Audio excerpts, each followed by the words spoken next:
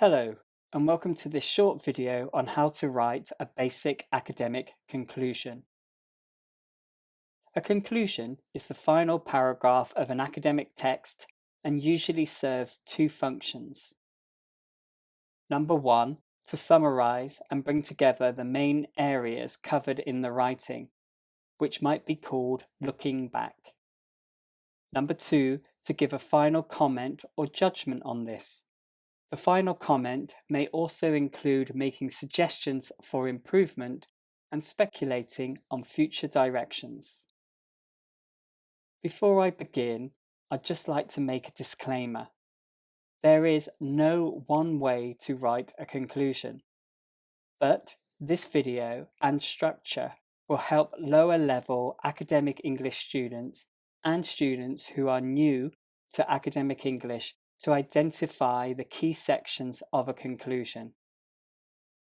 This presentation will be a very basic overview of the structure of a conclusion, but of course with dissertations and research papers, conclusions tend to be much more complex.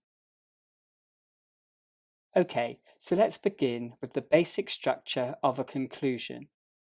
It usually consists of three key parts or sections. The first section is the thesis. The writer will restate the thesis statement made in the introduction to remind the reader of their stance or opinion throughout the paper. The second section is a summary of the main ideas. The writer summarizes the key topics discussed in the main body. Now, it's important to note here that these two sections are interchangeable or can be combined.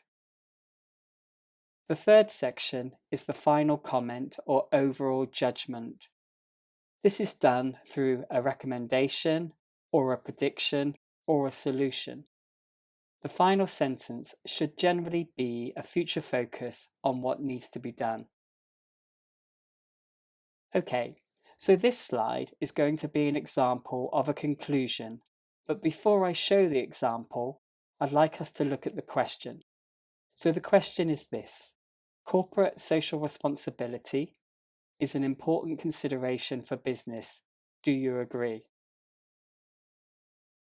So here is the example conclusion.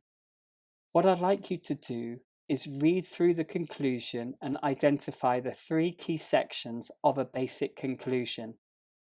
I'll just remind you of what these are: a thesis, a summary, and a future focus. So please pause the slide, read the conclusion, and identify these parts.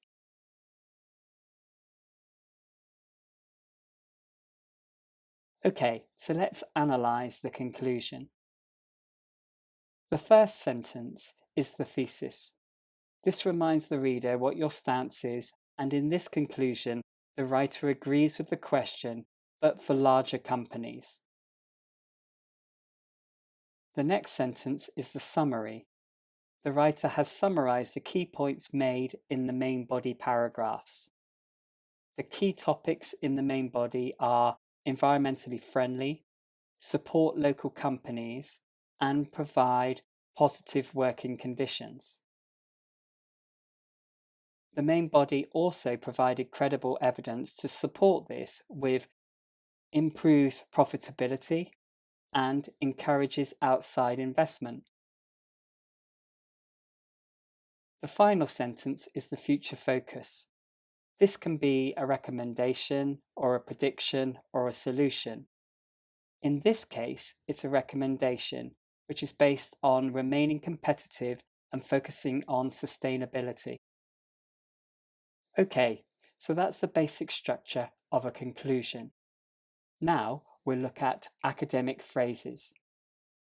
When writing academically, it's quite common to use set academic phrases.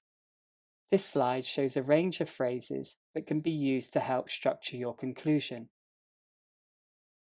So to start with, it's important to signal that the paragraph is the conclusion, and this is done using phrases such as in conclusion, to conclude, or to sum up. You can also use phrases like these to summarize your findings, and phrases like these to make recommendations or suggestions, or proposing solutions. All these phrases have been taken from the Manchester Phrase Bank, so go here for a whole range of academic English phrases for writing conclusions. Okay, we are at the end of the video. I hope that this short presentation has been helpful in showing you the key components of a basic academic conclusion. If you'd like more information and practice, then please go here. If you'd like more information on all aspects of academic writing, then please go here. Thank you for listening today, and until next time, goodbye.